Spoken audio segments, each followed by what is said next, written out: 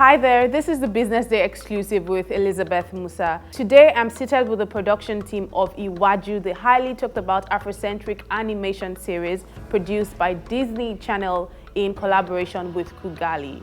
Very lovely to meet you, gentlemen. Actually, kind of cute. So Iwájú is a series that, of course, portrays a futuristic Lagos. Can you tell us about what this futuristic Lagos is? What does it depict?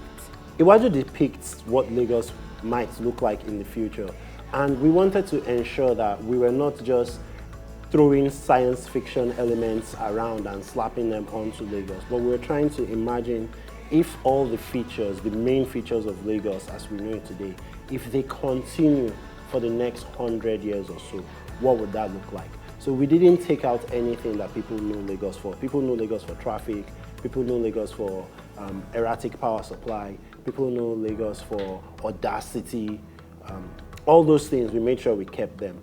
We just exaggerated them by saying this is 100 years later.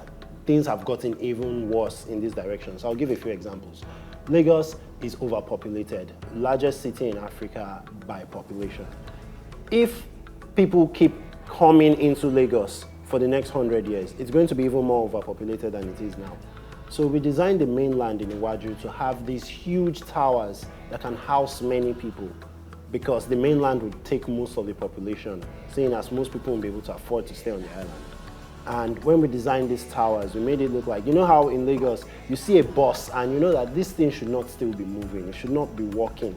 But somehow they forced it to still be, it's a moving corpse maybe, because it's like, well, how come this thing still works? They've patched it together. So imagine they build these towers and the first like 10 floors of the towers are just containers, shipping containers, because Lagos is a port city. And they've slapped these containers together to form a building.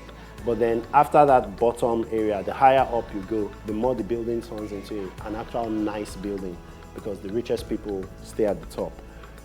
Just little things like that. We also thought science fiction usually has flying cars, and we don't want to put flying cars in Iwájú because if the cars are flying, there will be no more traffic. But then we had an idea. What if only the richest people could afford the flying cars, so everybody else is still in traffic? So then we're able to show the traffic of Lagos and also show the wealth disparity, because the richest people can afford to fly over the traffic. Oh yeah, sorry. It's enough, thank you.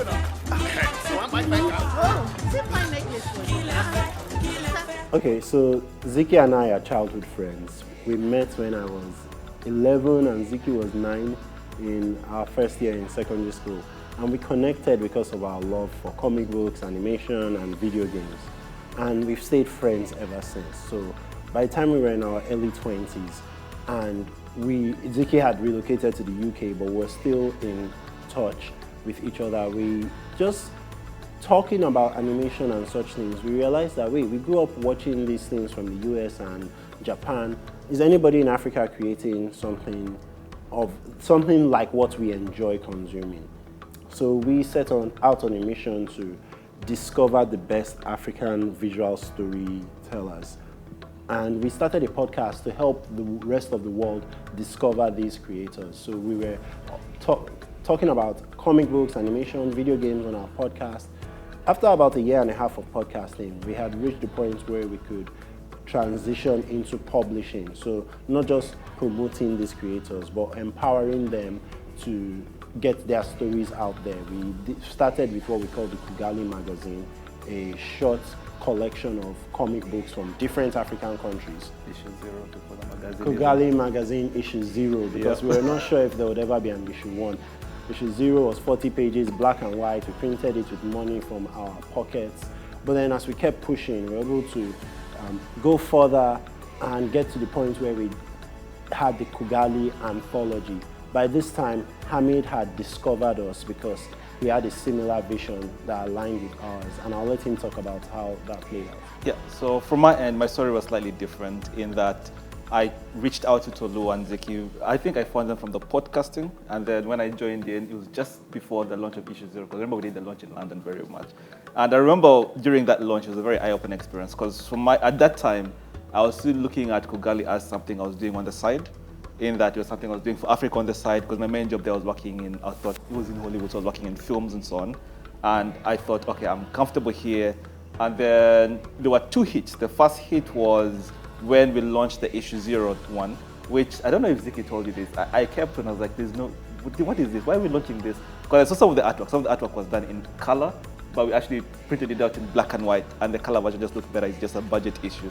But people were excited about the black and white, like tiny book version, which did not look good. And it was that was one of the first moments where I was like, okay, there's something, if people are excited of this, they are really starving for something. If this thing, which I didn't think was, the quality was good enough, if this is capturing people's attention, what if we do something of high quality? So that's around the time I joined up with Tolu and Ziki, and then we registered Kugali as a company from there. So I came from the film world, and I wanted to do something for back home. That was, I reached out to a few creators, because I believe in working with other people versus trying to do something by yourself.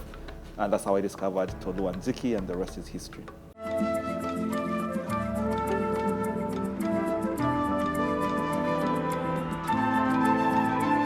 So back in 2021, you, Tolu, had mentioned that Iwájú will be out in 2023, but here we are in 2024, it's finally out. Can you give us maybe a bit of a background about why it took this long, or why you had to delay till 2024?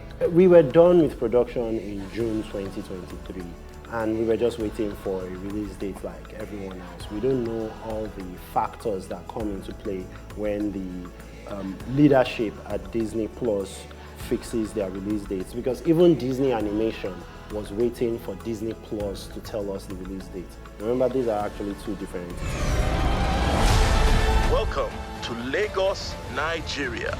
So I've seen some of the clips of the lead actors talking about Simi, Tola, Kole, and Bode. So what was the process of sourcing the cast of this animation like? The casting process was a lot of fun, but it was also a lot of hard work. How it worked is Disney had their own casting agent who was liaising with a casting agent in Nigeria, Lala Akindoju.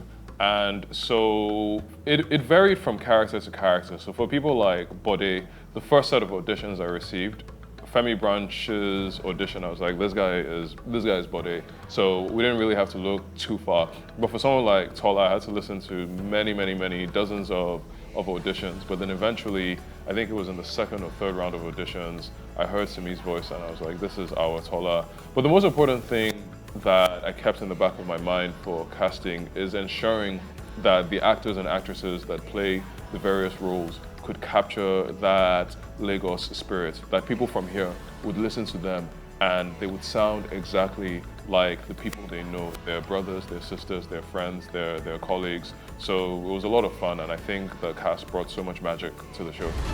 What would you say if I asked you to go to the mainland? You want to see the real Lagos? Let's go!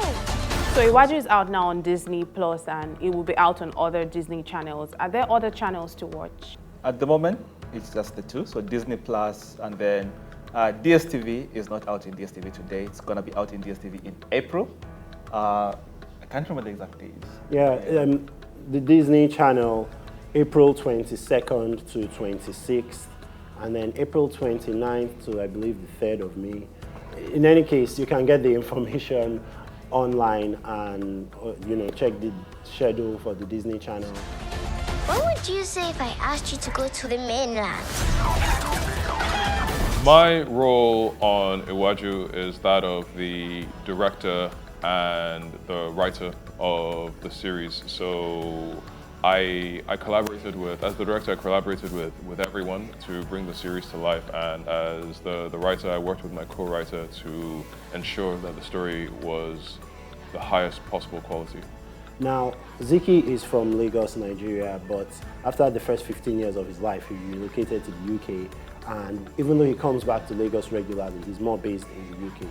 So because I am based in Lagos till date, it means I'm more in touch with certain realities in Lagos than he is.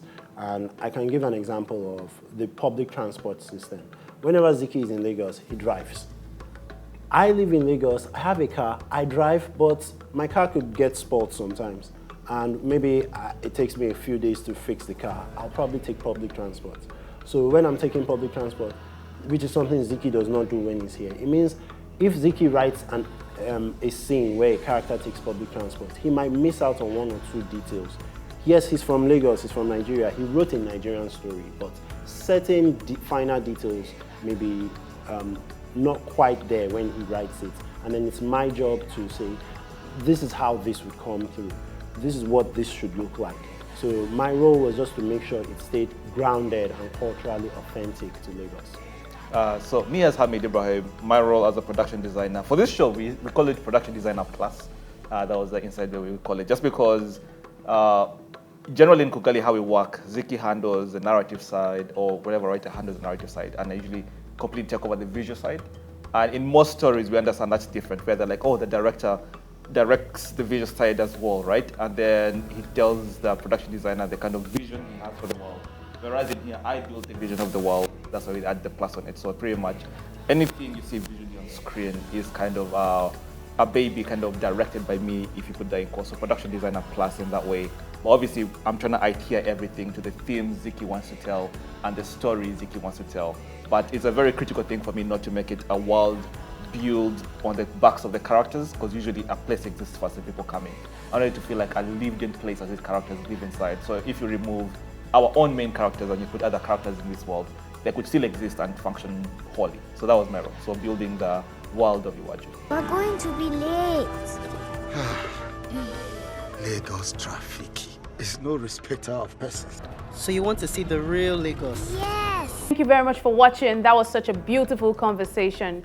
Don't forget to follow us on all our social media handles at BusinessDayNG, and don't forget to check out our website for more exciting stories at www.businessday.ng. Thanks for watching.